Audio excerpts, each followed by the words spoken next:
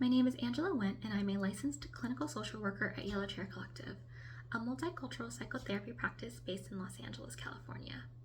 In this video, I wanted to talk about intersectionality and how we can each explore and embrace our unique intersectional identities. Professor Kimberly Crenshaw coined the term intersectionality to describe the ways that different parts of our identities can interact with each other and can intersect with broader societal systems and expectations. These identities can include race, gender, sexuality or sexual orientation, immigration status, disability, nationality, and more.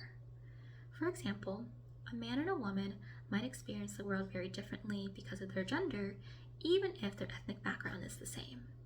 Or two women might experience the world very differently because even though their gender is the same, their sexual orientation might be different.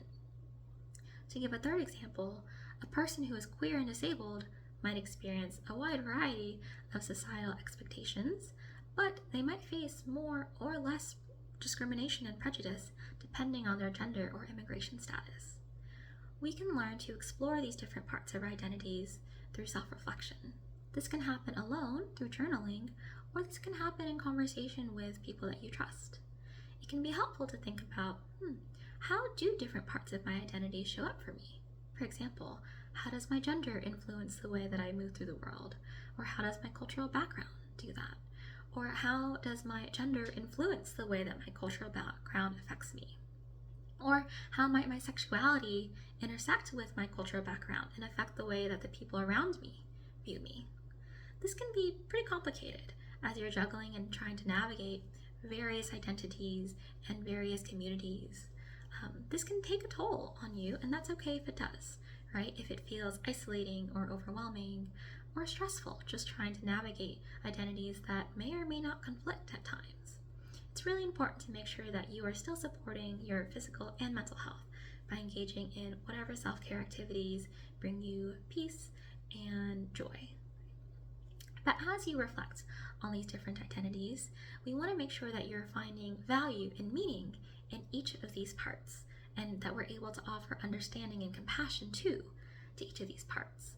You might find that one part is a little bit harder for you to get close to, or is a little bit harder for you to move through the world with, but that doesn't mean that that part is bad or that you as a whole are bad. All of these parts of your identities make up you as a whole person, and we can offer acceptance to you as your whole self. As you learn to validate and accept all of your identities, you might find that belonging and connection in identity-specific communities can be really helpful and valuable. You might find that you're drawn to identity-specific communities.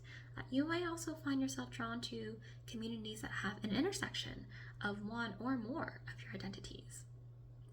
As you build connection and belonging with other communities, you might find that you also want to build empowerment for yourself and others by setting boundaries with unsupportive individuals or spaces and advocating for more inclusivity personally, professionally, and even sociopolitically.